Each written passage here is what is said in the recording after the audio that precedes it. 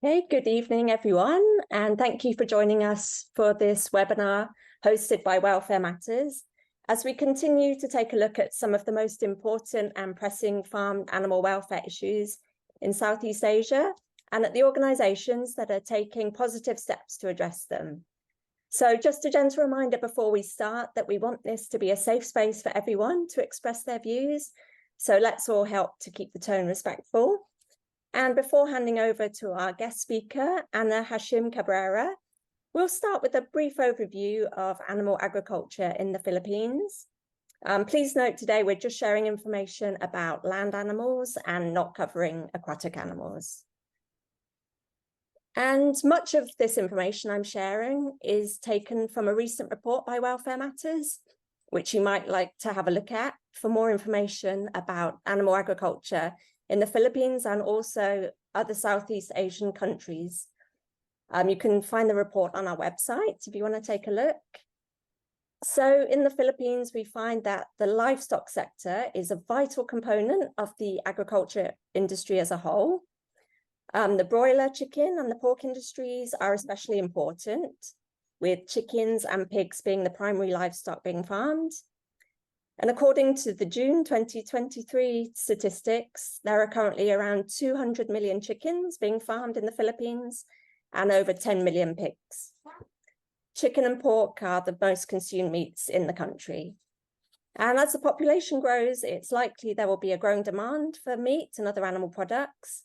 And recent figures do show a rise in chicken consumption. And the Philippines also has a significant egg industry, with the second highest number of egg-laying hens among the Southeast Asian countries. As of 2023, the country's total chicken-laying flock was estimated at nearly 67 million birds. And to get a sense of the kind of numbers we're looking at when it comes to animal agriculture, we can look at this table showing the number of animals slaughtered for food in 6 Southeast Asian countries in 2021. We can see Philippines has some of the highest figures for some of the animals. So Philippines had the second highest number of pigs slaughtered and the third highest number of broiler chickens slaughtered. So we are talking about a lot of animals here. And the number of animals being farmed for food in the Philippines is increasing, as indicated by these recent statistics from the Philippine Statistics Authority. So we know that a large number of animals, especially the broiler chickens, layer hens, and pigs, are being farmed in the Philippines. But what are the farms like, and what conditions are the animals living in? We know that small-scale food producers do play a very important role in the Philippines, and these producers include the smallholder animal farms. So we're going to be looking at some charts that show the number of animals being raised in different types of farms in 2022. The figures are from 2022. And we'll be going from those animals that are least intensively farmed to those that are being the most intensively farmed on commercial farms. So starting with the native chickens, which make up about 43% of the chicken population. The vast majority of these native chickens are still being raised on smallholder farms. And similarly for cattle and sheep, smallholder farms play an important role in cattle farming, sheep and goat farming. Some animals of these animals are raised in big commercial farms, but the vast majority are in the smallholder farms. Do note that smallholder farms don't necessarily mean good welfare, but in general, we are more concerned when farming becomes more commercial and industrialized, as animals are treated less as individuals, more as commodities, and individual welfare is more likely to be compromised. And where we're looking at where to focus our efforts on improving farmed animal welfare to have the biggest impact, one thing we need to consider is how many animals' lives will be impacted. And usually this is by focusing on the commercial industrial farms, where the most suffering for the greatest number of animals tends to be found. So that's why assessing the extent of commercial industrialized animal farming in a country and which particular animals are involved is important. So for ducks, in June 2023, there were over 14.5 million ducks being farmed in the Philippines. So again, significant number. The majority, again, are on smallholder farms and just a small proportion on commercial farms.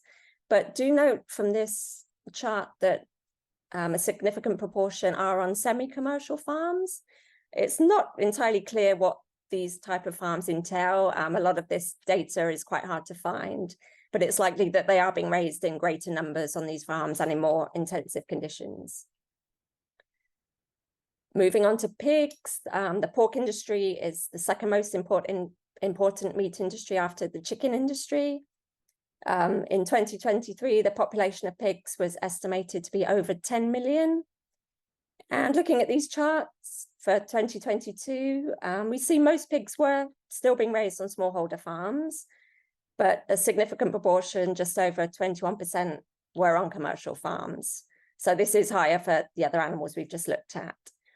And I just had a look at the figures for June 2023. This figure has actually increased to 29.2% on commercial farms. So it is a trend we are seeing. And we may well see more pigs being raised on these commercial farms in the coming years. Some of you may have heard of the Cavite pig farm, located in the south of Manila, which is home to over 100,000 pigs and the largest pig farm in the Philippines. So this is something to, keep an eye on. Moving on to the animals that are farmed the most intensively. 22% of the chicken population, so that's around 44 million birds, are commercial laying hens. And for these layer hens, farming has certainly become more commercialized and intensified. In contrast to the native chickens, who are mostly raised on the smallholder farms, we see from this chart for 2022 that the vast majority of the commercial layer hens are raised on large commercial farms, which have over 5,000 birds. And as you probably know, the conditions on these typical large-scale chicken farms can be extremely detrimental to the welfare of chickens, especially on the farms where hens are confined in small battery cages with no enrichment, where lack of space and no opportunity for natural behavior creates serious welfare concerns. Some commercial farms, thankfully, are moving towards cage-free systems and better welfare, but it's something that does need to be done properly to ensure that better welfare is achieved. And then moving on to our main topic of this evening, the broiler chickens. Around 35% of the chickens in the Philippines are the commercial broiler chickens, and that's around 70 million birds. Again, in contrast to the native chickens, the vast majority of broilers are raised on the large-scale commercial farms, which have over 10,000 birds. And conditions on the typical large-scale broiler farms tend to be detrimental to welfare, with overcrowding, poor hygiene, and lack of opportunity for natural behaviors. But we'll be hearing more from Anna about how things can be improved. So in summary, while smallholder farms are still widespread in the Philippines, and most cattle, sheep, goats, pigs, ducks, and native chickens are raised on these farms, for certain animals, the broiler chickens and commercial layer hens, who are raised in the largest numbers, the majority are raised in large commercial farms. The government does seem to be moving towards modernizing farming practices, particularly for food security issues, which is an increasing concern for most countries. In recent years, there's been talk of mega chicken farms opening up. I think the first are set to open up next year. So we can see that addressing broiler chicken welfare, making sure systems are in place to improve welfare, is an area that urgently needs addressing in the Philippines. And so we're very lucky to have Anna Hashim Cabrera joining us this evening to explain more about the Better Chicken Option campaign, which is a campaign that seeks to push for better farming methods for broiler chickens, of which she is the program director in the Philippines. Anna is the executive director of the Philippine Animal Welfare Society, or PAWS. She has over 20 years of experience in animal welfare work, starting out as a volunteer when PAWS was lobbying for the first anti-cruelty law in the Philippines in 1997. Anna directly handles cruelty cases and sits in the Committee on Animal Welfare to push for the regulation of the pet breeding industry, in addition to pushing other policy initiatives to improve the welfare of farm animals, mostly chickens and pigs, and protecting wildlife. Anna holds an economics degree from the University of Santo Tomas, Manila, and is currently pursuing a law degree in the hope that she can improve the judicial mechanisms of her country in favor of the animals. So over to you, Anna, and thank you so much for being here this evening. Thank you. Thank you, Amy. Amy and I go way back.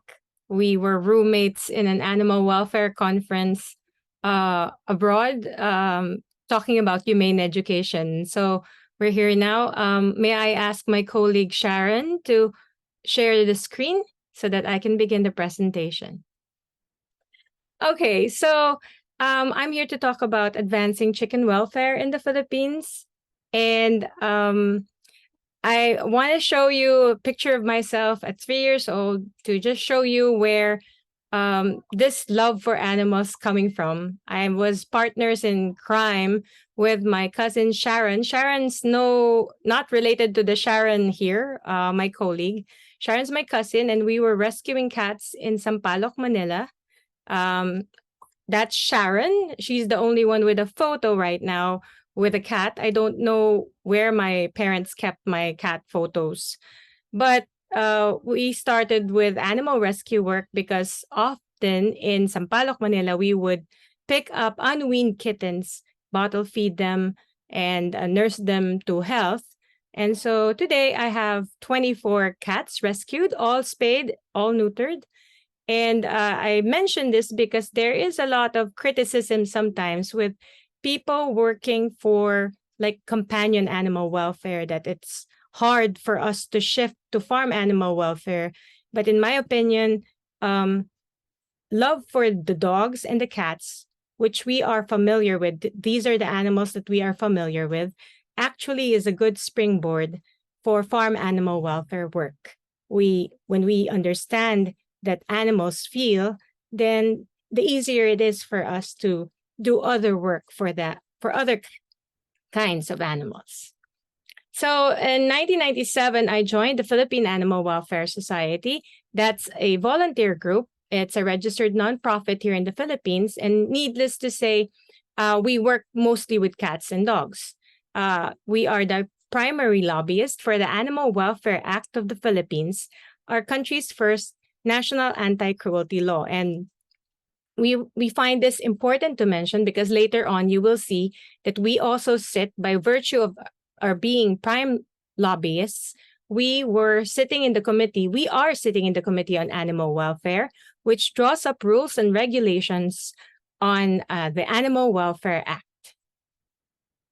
So these are pictures from our shelter. So you can see that we do work mostly with cats and dogs.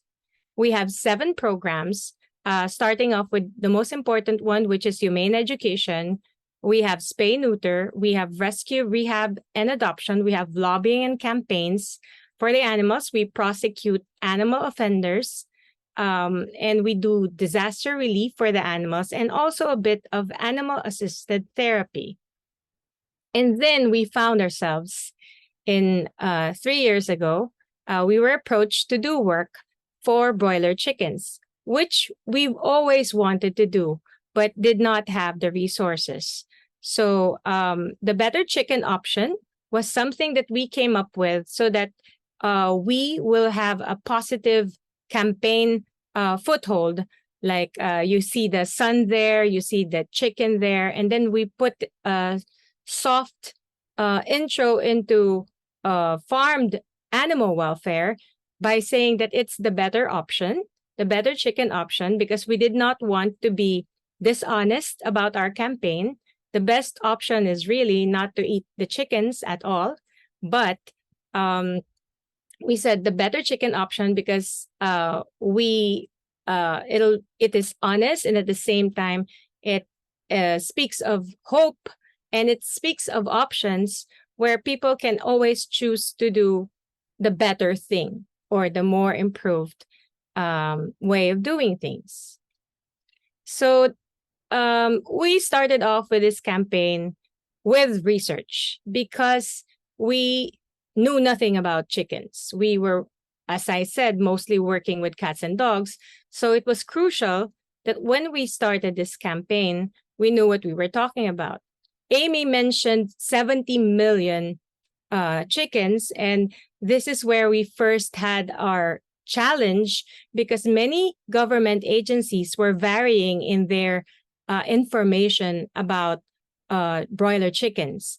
And this 1.1 billion chickens that are consumed yearly is directly the opposite of what the statistics of the Bureau of Animal Industry was. We got this from the slaughterhouses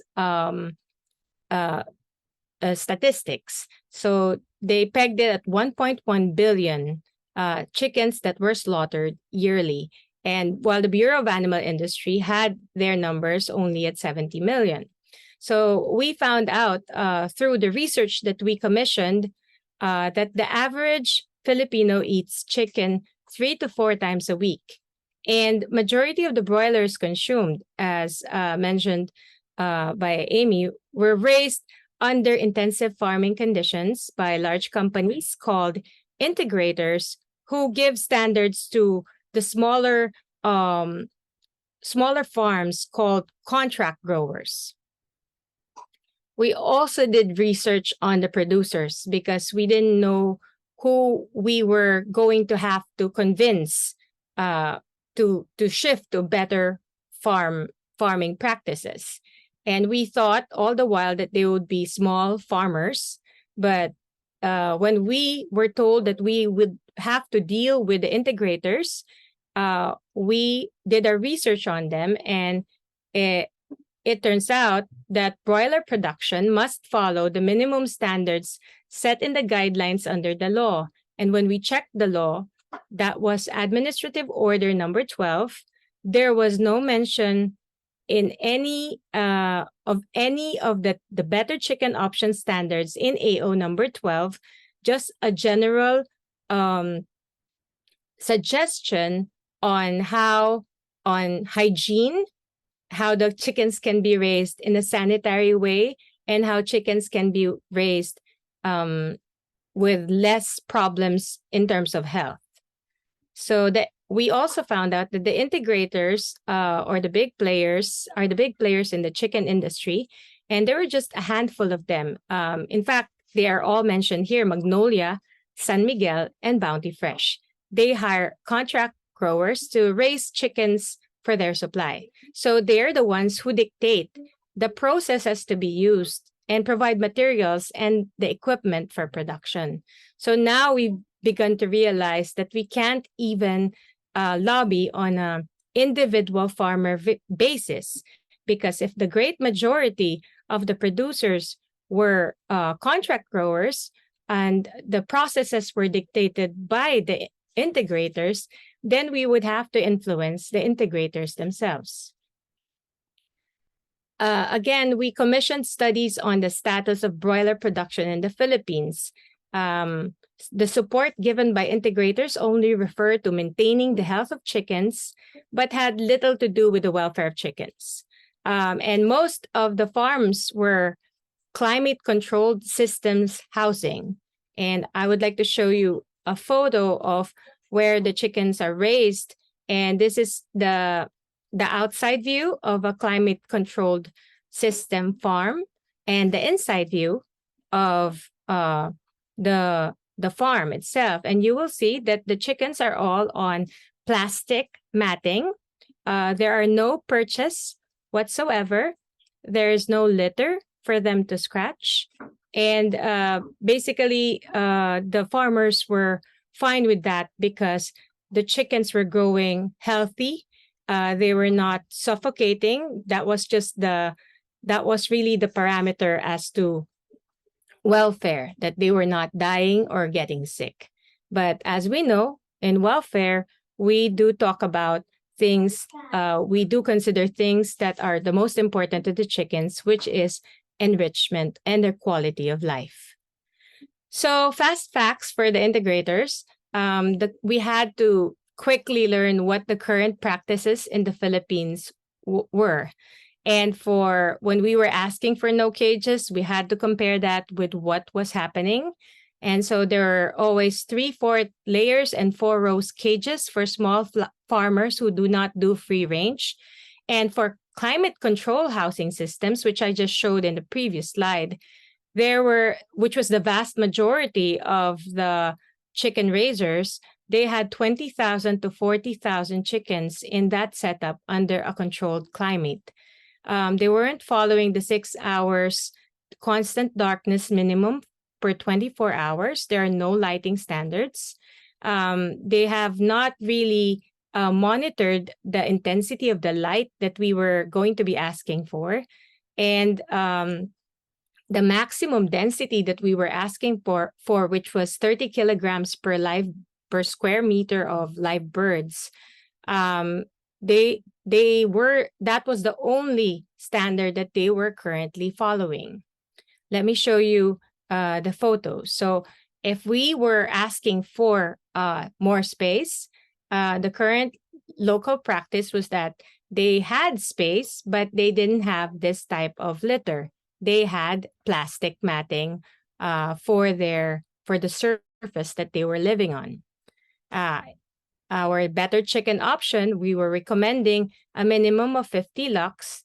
And when we pressed on and asked them what was the current measurement of lighting, they found out that it was only 20 to 40 lux of light. We also asked for 6 hours of constant darkness per 24 hours, but most chicken housing systems implement only 5 hours of constant darkness. The maximum density of 30 kilograms per live bird, this is the only current local practice that they were able to keep because they said that the chickens would surely die of humidity if they had more than that. But we found out also that in climate control systems, they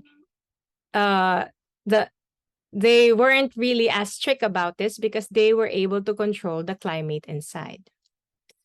Now, this was the most contentious category, our ask for slower growing breeds, a breed of chicken that grows not more than 50 grams maximum per day.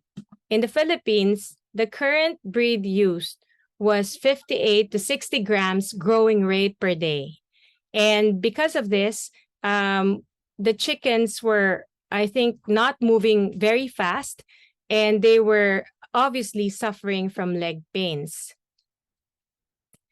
Also, we were, number 6 ask is the deep litter flooring for the better chicken option. And as we mentioned, most chicken housing systems don't have litter flooring. They had plastic slatted flooring. Our 7th ask is purchase and even pecking materials. And as you have seen in that very, very first slide that I showed you on controlled climate systems, these systems did not have purchase. The purchase that you currently see here are from our experimental farm with the UP Los Baños, which we later on used to convince the integrators and industry players to try out giving the chickens some purchase. So we cannot emphasize this enough. If we wanted to do some change for the animals, it really had to hinge on research, because many of the veterinarians were not really paying any attention to us because they kept dismissing us as animal welfare advocates for dogs and cats, and who didn't know anything about chickens. So we really had to do our research very well.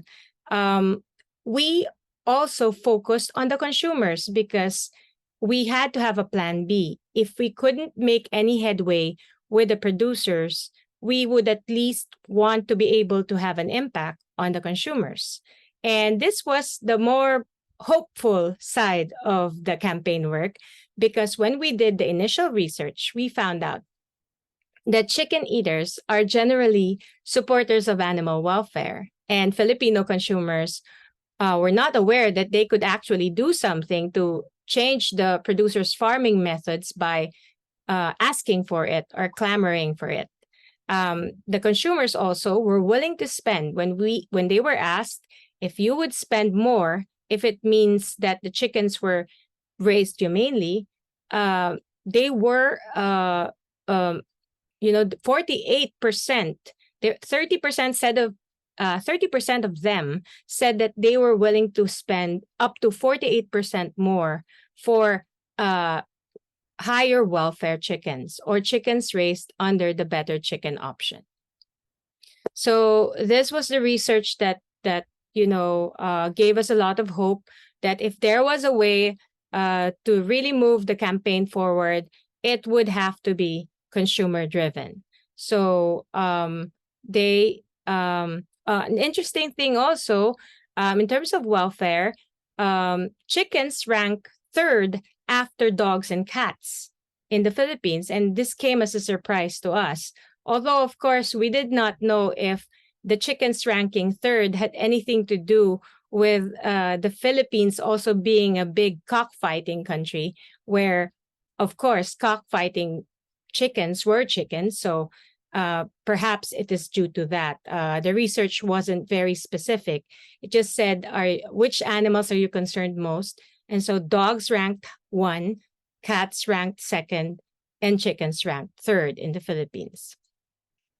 A pivotal part of our campaign is the realization that it would take a long, long while before we could effect policy change. PAWS, as the primary lobbyist of the Animal Welfare Act, is a part of the Committee on Animal Welfare. And the committee dictates, for example, how animals will be treated across all industries. For example, we would create an AO on dog breeding. We would also create an administrative order or AO on how chickens should be slaughtered, slaughtering.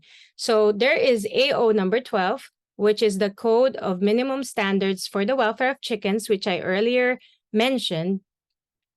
And none of the things in this AO mentioned an item on our asks, on our 7 asks for the better chicken option. So it was really a tough time trying to talk to the industry. They were actually adamant that there was nothing wrong with the current practice, and pushing for slower growing chickens, there was no need for that.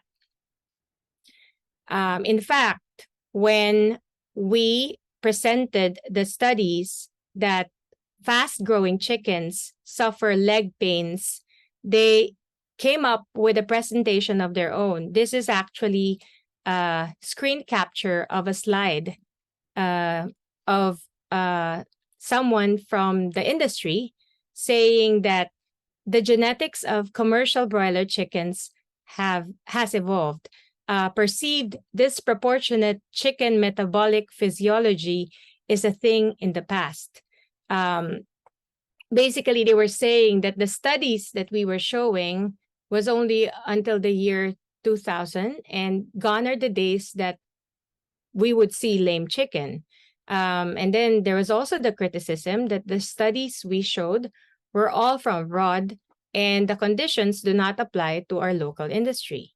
And then they were of the opinion that they were already using slow-growing breeds, even if we gave them the actual findings that these were not slow-growing breeds at all, that they were growing at a fast rate, more than 50 grams per day.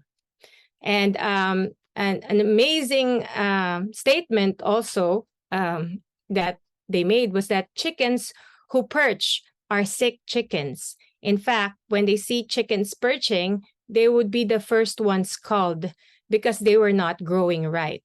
That's what the industry said. And during the course of my many presentations to them, I said that maybe they were, they were able to perch because they didn't have any leg pains.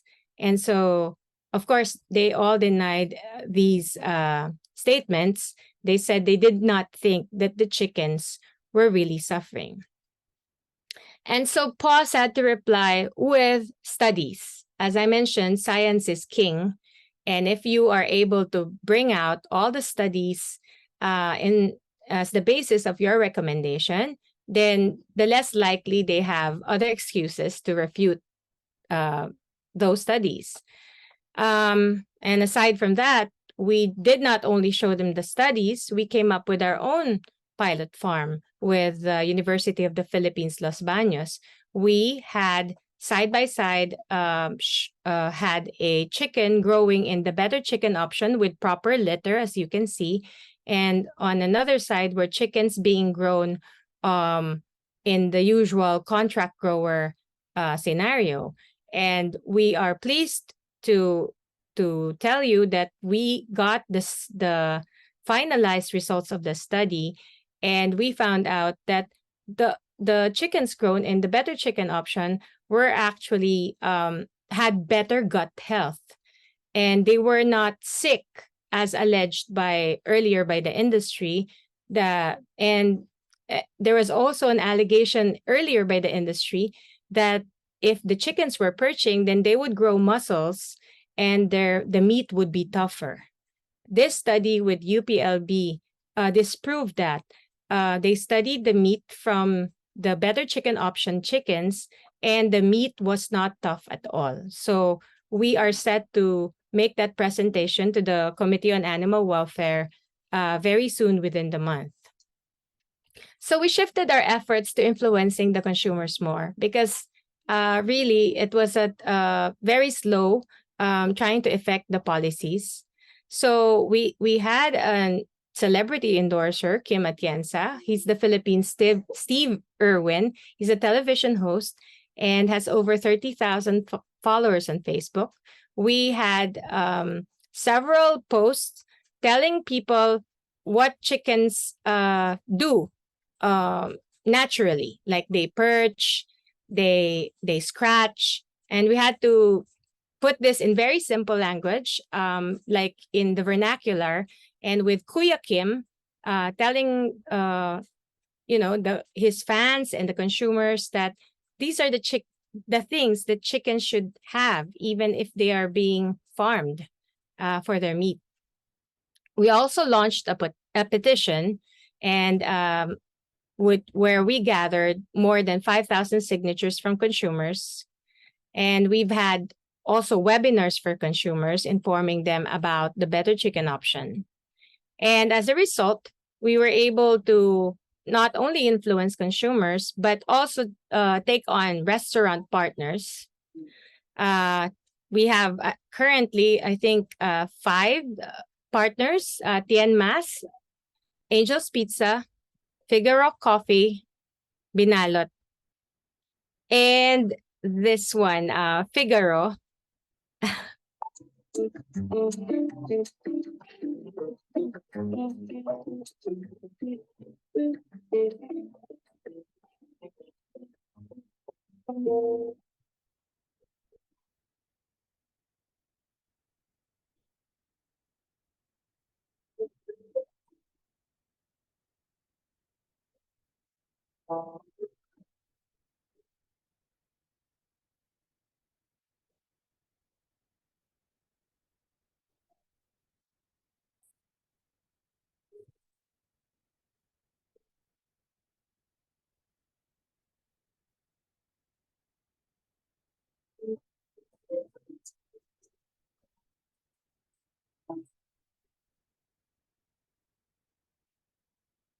So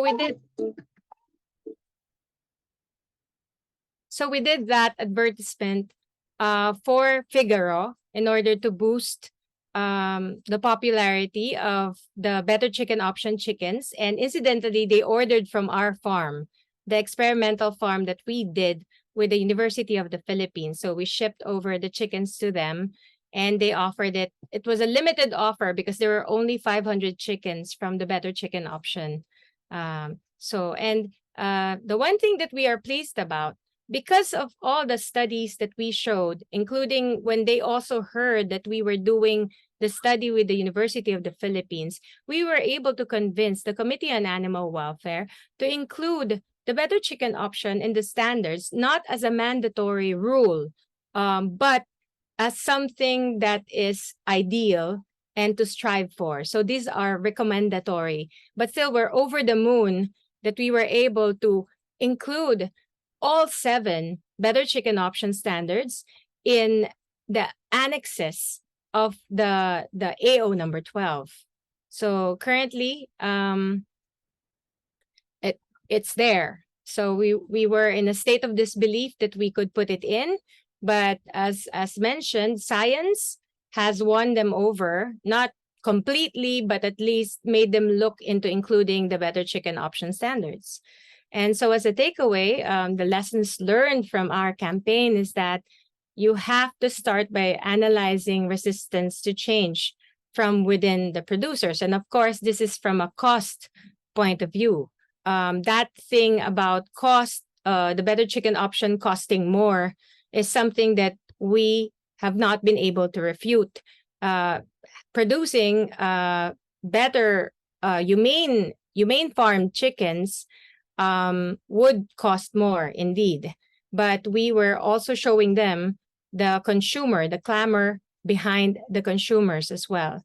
So if there are campaigners for better farming methods for animals, we recommend that there be an investment in research to understand the real concern behind the refusal to adopt the standards. Science is king, and you would be able to convince more people if you had the figures and the science backing up your campaign.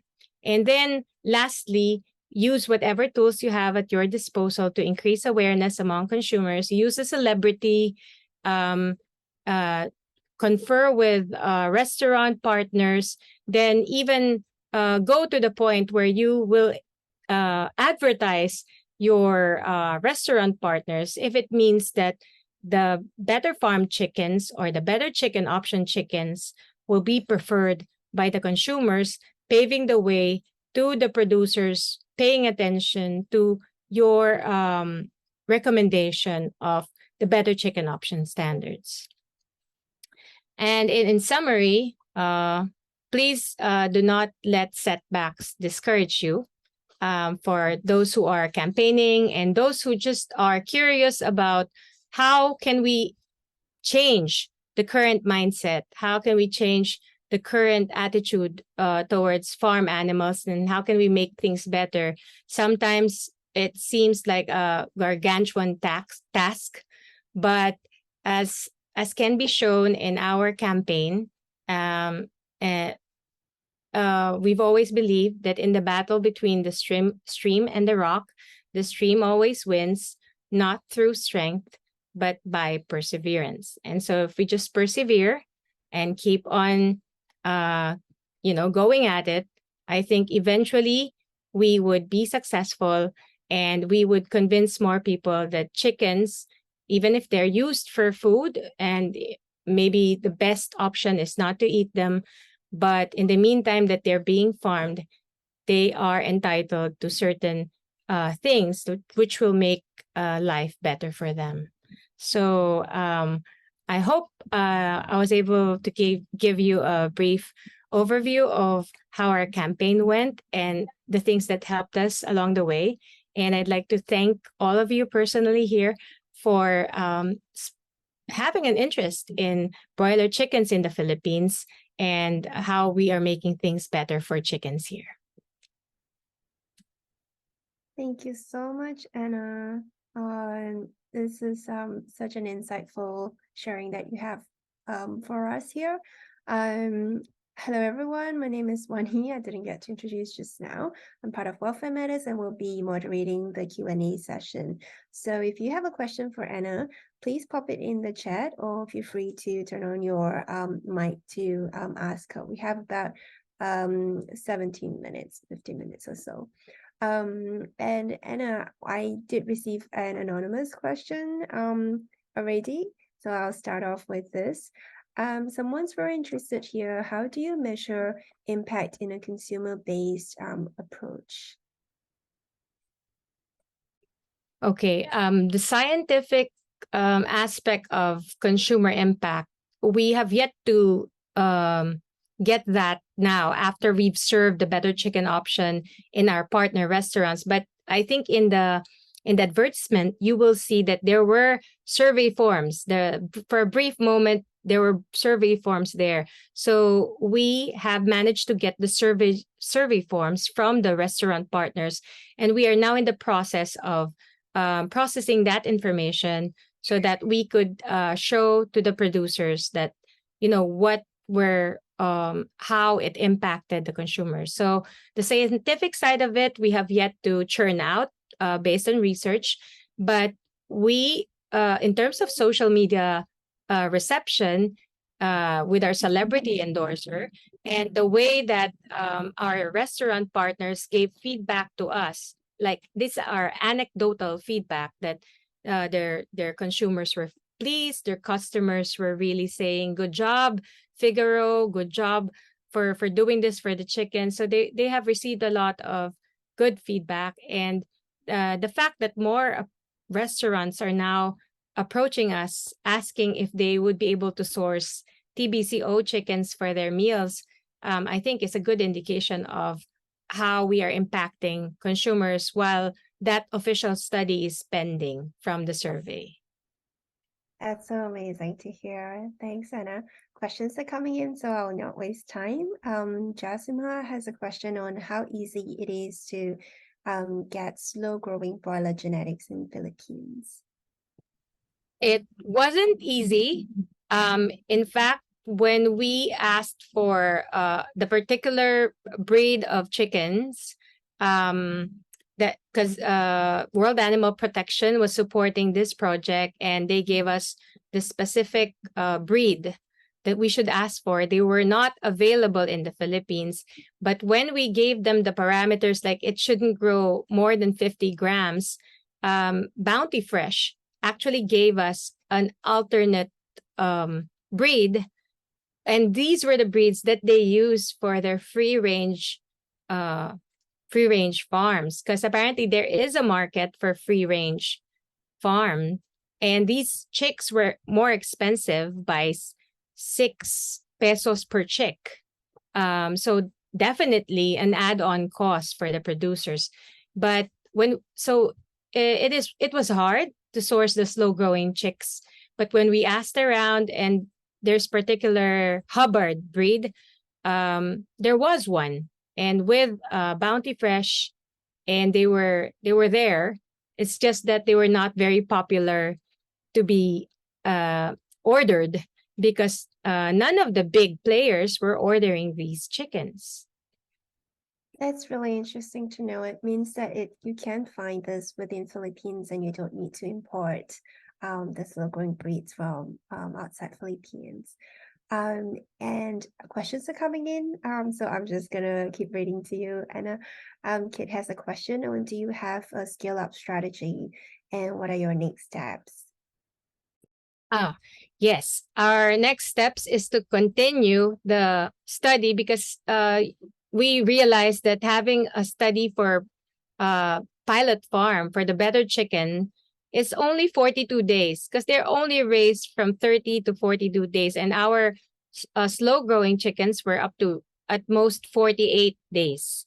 And when we had them and we had to ship them to Figaro, we had to freeze them. And since we weren't in the business of broiler chickens, it was very hard for us. So we said we have to continue studying and looking at ways where we can convince the consumer, the producers, that there is a way. And for people who know or who want to do something, then they will find ways. There is a Filipino counterpart to that saying, pag gusto may paraan, pag ayaw may dahilan, which roughly translated is if you don't want to do something, then you'll find excuses not to do it. But if you really want to do something, then you'll find ways to do it. And so we want to continue with the studies so that we will be, it's sort of something that we feel conflicted about, because we do not want to be in the industry which slaughters the chickens. But at the same time, we need to be there and showing them that this can be done. The changes that we are asking for are doable. So we're doing it in a small scale. So yeah, there.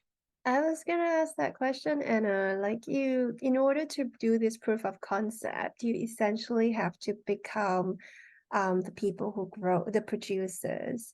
How much of a role is it that you and PAWS has to be playing that role, and the university they are collaborating with? Are there other people involved whom you wouldn't consider part of PAWS who are actually the producers in this farms? Yeah. Yes, it's the university that has the direct hand of farming the chickens, and they had a direct hand in collecting the chickens for them to be slaughtered. But of course, we still felt like we were part of it because we had to source like the ones who were going to collect them and then slaughter them. So that was the part where we're the icky part, where we feel that we were part of the system, but it was really the university.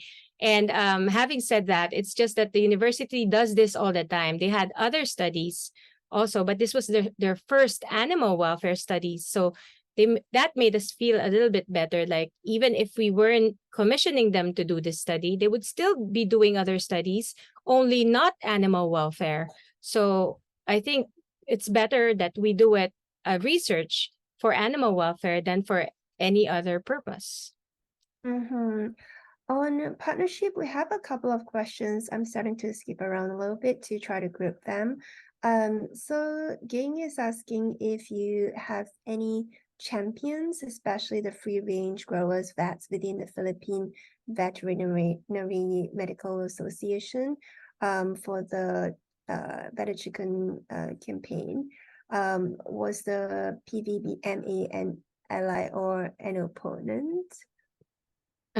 Yes, there were. PVMA was already looking at free range chickens, to be fair to them.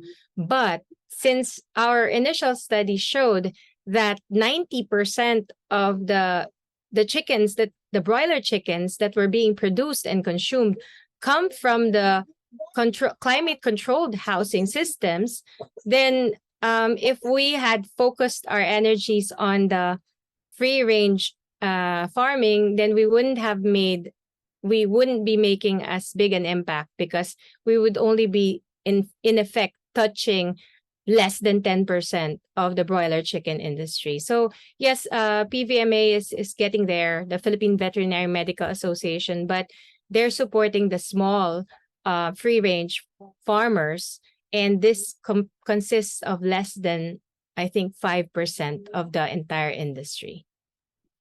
That's good to know. Hope that's helpful, Ging. And another partnership question is from Professor Allen. Do you have the opportunity to form partnerships with animal science or social science researchers at local universities to help them develop knowledge even further? Social science, no, but that's interesting. We would definitely look into that, because right now it's veterinary science and animal husbandry side, not social science. And we would, I think it is worth looking into. Yes, thank you for that. Thanks, Anna. I think I'm gonna ask some technical questions coming up, because there are quite a few. I'm trying to bundle them. Jasima is asking, do you have any ask for slaughter requirements based on TBCO? Yes, actually, the 7 asks does not mention humane slaughter guidelines, only because under current law, humane slaughter is supposed to be part of, there's an AO, administrative order, already tackling humane slaughter for across all farm animals. So we also have the National Meat Inspection Service, which monitors slaughter. At least the slaughterhouses and the conditions there. So we saw that as a minor part to go to. And because we were going to be asking for a lot of things, 7 things, and out of the 7 things, the most difficult was to give them slow growing, to push for slow growing. And a lot of the vets did not understand why we were pushing for slow growing. We really had to go very, very basic concepts. So we didn't want to muddle it with too many asks. And we set aside this slaughtering guidelines with the assumption that they were already being implemented. And I think as we go along, we might have to go a quick run back to the slaughtering and try to address that as well. Although when we ourselves had chickens from the pilot farm and we transported them, we saw firsthand the slaughtering. And this was a AAA slaughterhouse, and the chickens were really rendered unconscious before slaughter. But I think that may represent only a small percentage of chicken slaughterers all over the Philippines. We need to make another study on that. That's good to know. And Scott has a question about a technical question as well. Is big trimming practiced in broiler farms? Is it a potential ask for TBCO, the Veg Chicken Committee? No, when we consulted with the practitioners, they really didn't want us going into the farms. We were barred from entering farms. They were very, shall we say, scared of, even if we assured them several times that we've never filed a case against a farm. All the animal cruelty cases we've filed were all companion animals. And we said we had no intention because we wanted to assure them. They said there was no beak trimming at all in broiler farms, that this wasn't an issue. So I hope they were honest when they said that. And when we had our own pilot farm, we didn't see any issues whether the beaks needed to be trimmed or anything like that. Thanks, Anna. I think I'm not sure if I can ask all the questions, but I'll do my best. I think one very important question here is whether you can speak to the campaign starter funding and support provided in the beginning. That's from Kate. She's thinking that as the small grants fund is probably being repeated, others might want to follow your footsteps in learning how to get started. Would you be able to share more about the experience, Anna? How we got started with the campaigning with support, granting and the funding as well. Interested to hear the beginner, the genesis story. Actually, we were approached. We were quite thankful from World Animal Protection because they said, we have this program. Would you be interested? And that's because we didn't think there was funding. And now that we are into it, we learned that there are organizations that fund such campaigns. World Animal Protection, the Wing Alliance. There's even, I think, Effective Altruism. Also, in if you propose this, there are a lot. And so, yes, for PAWS, we were fortunate to have been approached.